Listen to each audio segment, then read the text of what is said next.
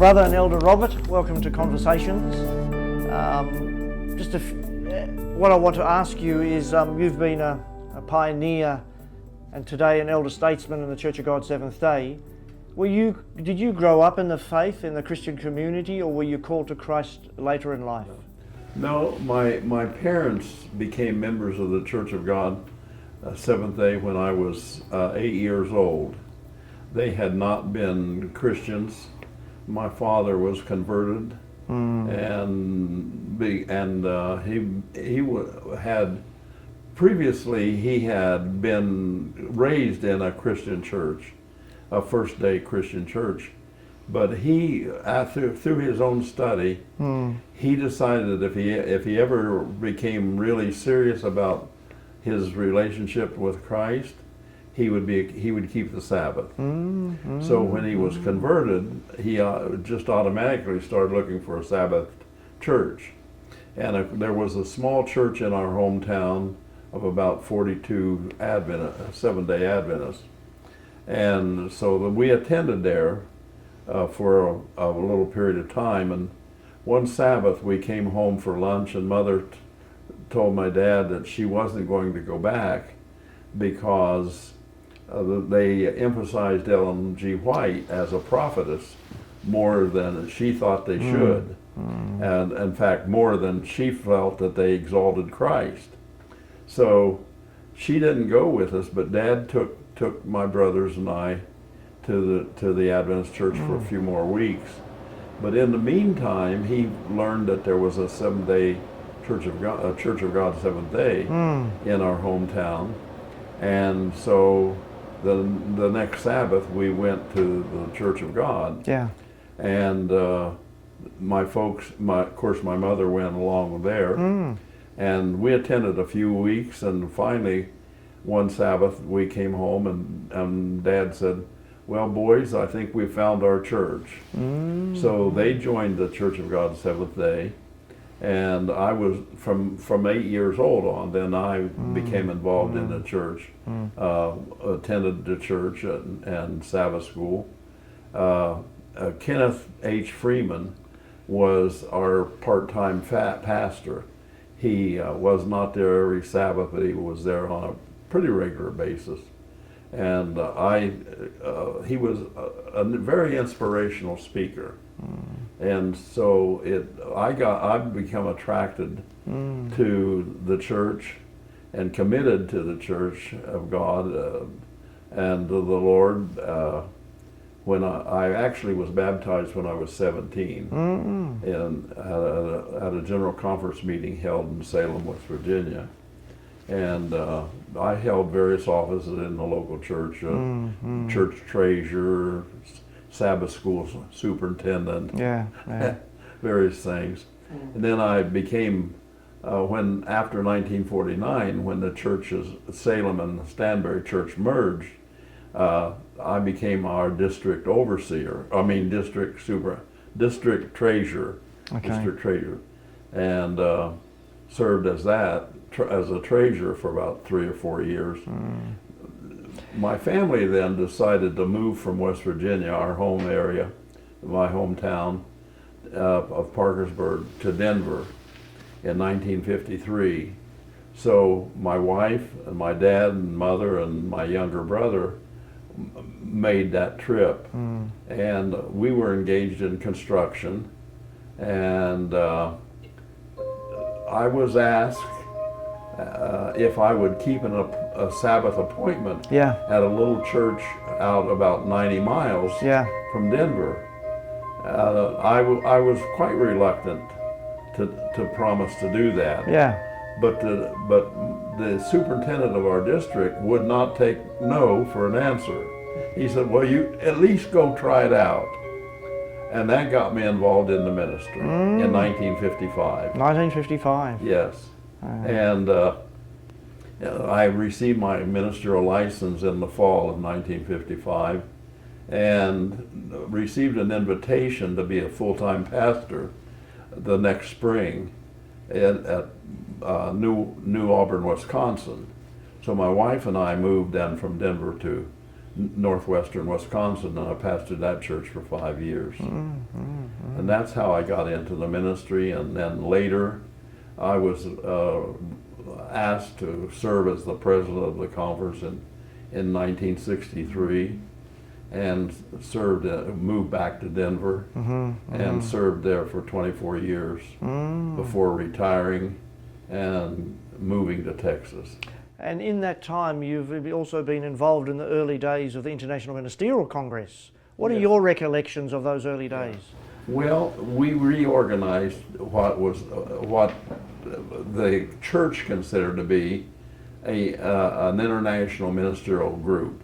They didn't call it a congress; they just called it a council. Unfortunately, the ministers from the United States dominated the original organization back in from 1949 until the Ministerial Council was organized in 78.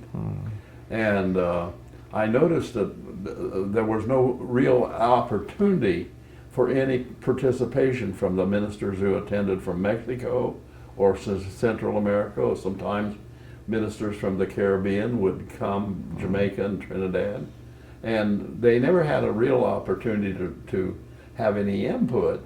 The subjects were all chosen by us, and we dominated that. And I considered, well, if we're going to be an international church, we need to do something about this. The other thing that happened was a circumstance that we had to deal with was the church here in the United States considered all the churches outside the United States as missions, while they had never really developed them as missions. They were all indigenous. Yeah. And so I considered that we needed to begin to think in terms of sister congregations, sister churches, rather than mission churches.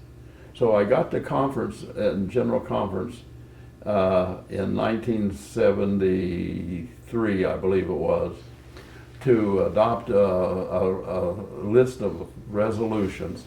And one of them was that we no longer would consider the churches outside the United States as missions, but as sister churches. And that kind of paved the way then for the organization of the Congress. So I also, at that same meeting, presented a temporary form of organization for the conference for the International Congress, and that was the name that we were working with. And the council, or the conference in session in 1953, adopted the plan to organize the Ministerial Congress, the International Congress, and to, of course, consider the churches as mission, as sister churches rather than missions. And so then we had a meeting, we had a preliminary meeting in El Paso in 1971, or no, it was 1970. Yeah, we had we actually had a ministerial council meeting in Monterrey, Mexico, under the old outline of organization. And again, the United States ministry dominated the meeting. So when we met in El Paso, then later in the 70s, I think it was either 75 or 77, we adopted this temporary organization, and then we worked on a permanent organization. And in the 78, we met in Juarez, Mexico, and adopted the first form of, the form of the International Congress. And there's been very little changes in the structure. It has improved the structure by naming regions and regional leaders, which we did not have in the first. But essentially, the purpose object of the conference or the council or Congress has not changed. It still retains its original purpose, and most of it the bylaws.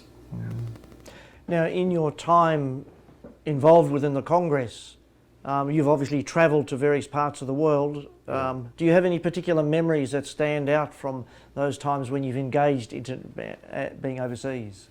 Well, my first trip was to Nigeria in 1975, and I was accompanied by Roy Mars.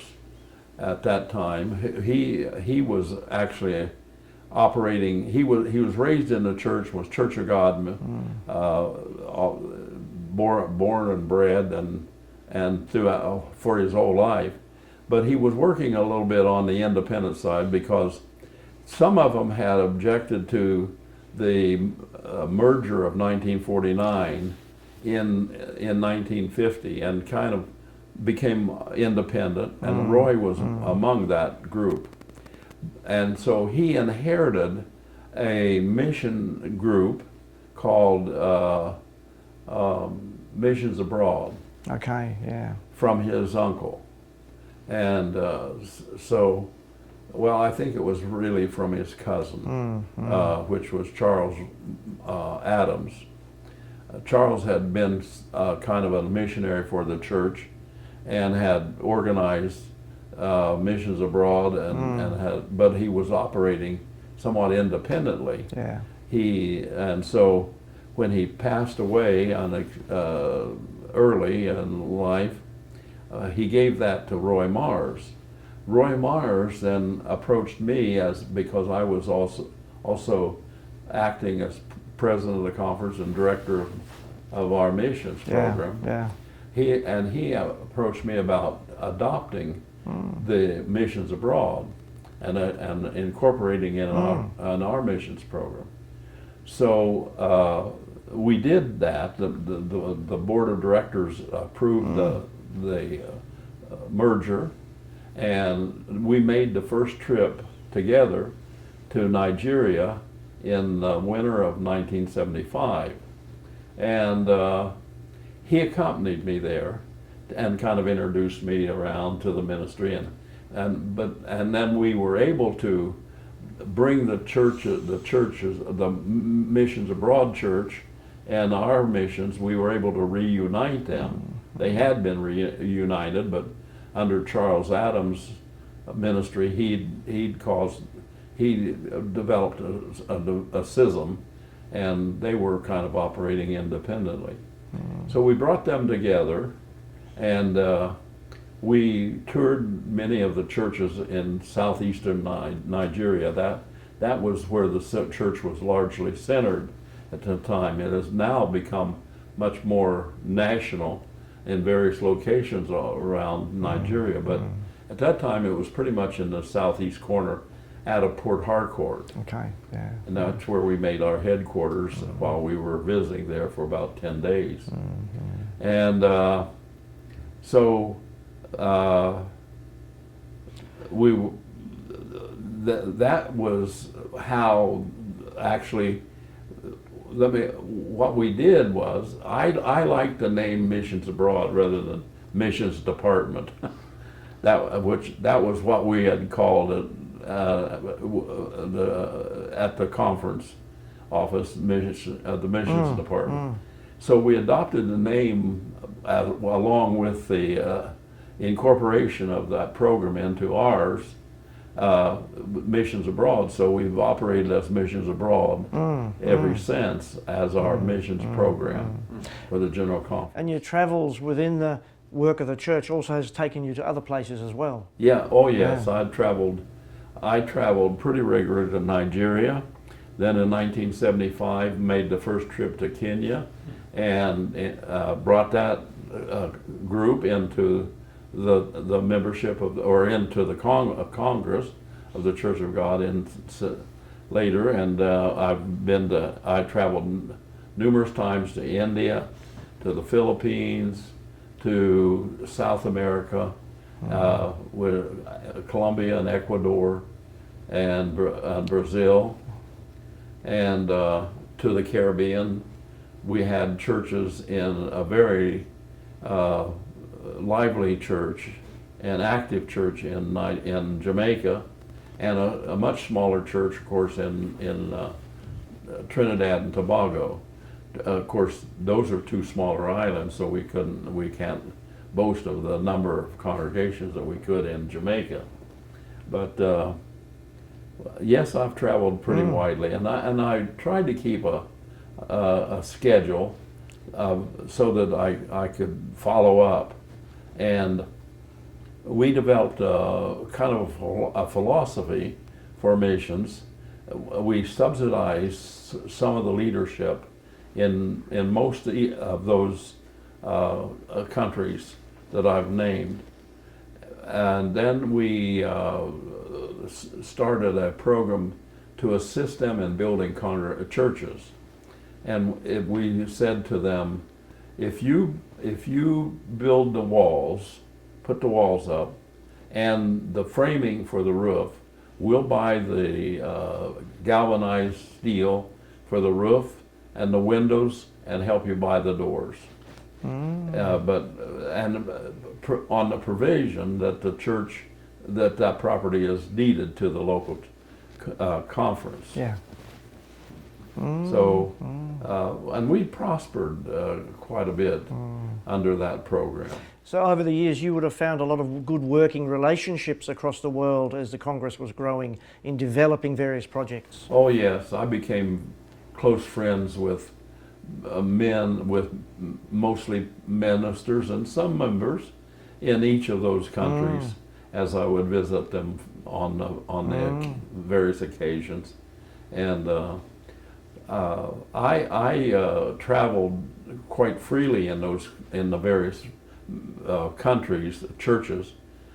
I usually in Kenya I would rent a car, drive myself, but in India and Nigeria it was impractical to rent. In fact, I'm not sure I could even rented a car, but in the Caribbean and in South America and so on, I would rent a car, and I would always be accompanied by a local, one or two or more local pastors and leaders in the church. So we'd travel quite freely to the various congregations and have a schedule of preaching services.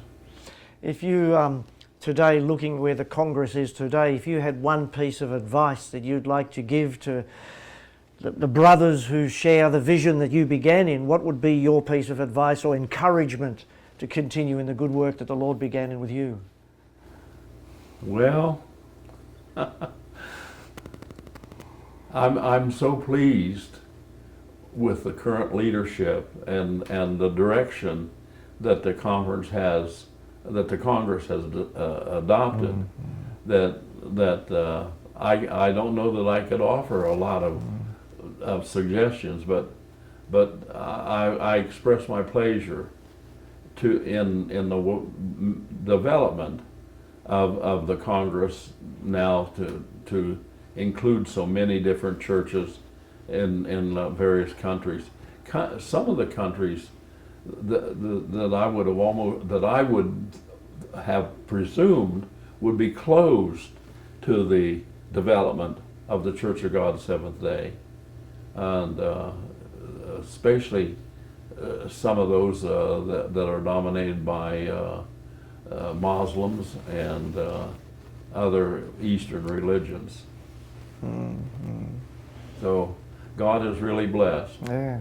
I feel very gratified with that aspect of my ministry. I feel like that the Lord somehow gave me the vision for the organization of the Congress, and I'm so pleased with its development. Well, Brother Elder Coulter, it's been wonderful to share with you and to hear your reflections and to know the legacy of what God began in you is continuing today. Yes, So, and I'm gratified with that.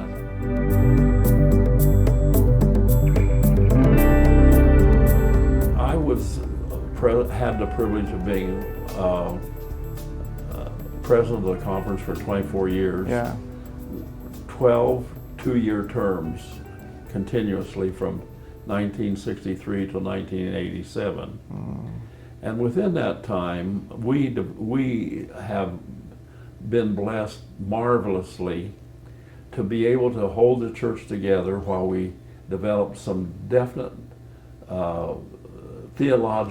some difficult theological questions, and which to some extent to which the church had never really grappled with prior to this. The Church of God was founded on the basis of that God alone, that's the Father alone, is God the Father, and that Christ was not deity. He was the Son of God, but he was inferior to the deity of Christ.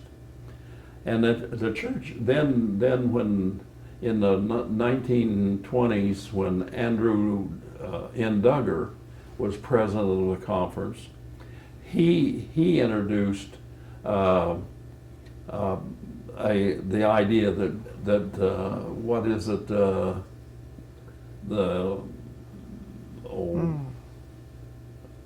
the idea that Jesus is the Son of God.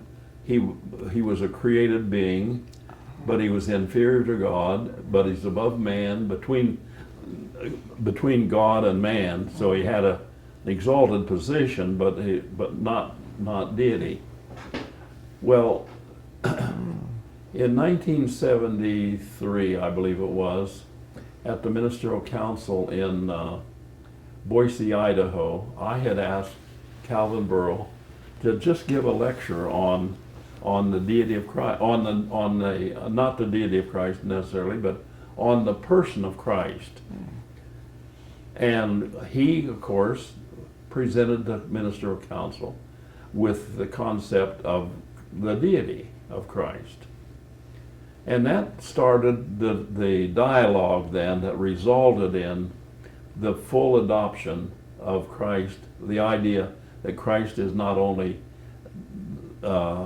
equal with God, he is eternal with God and shares the name and character and substance of the Father. And I feel so gratified in having taken had some part in bringing the church to that point.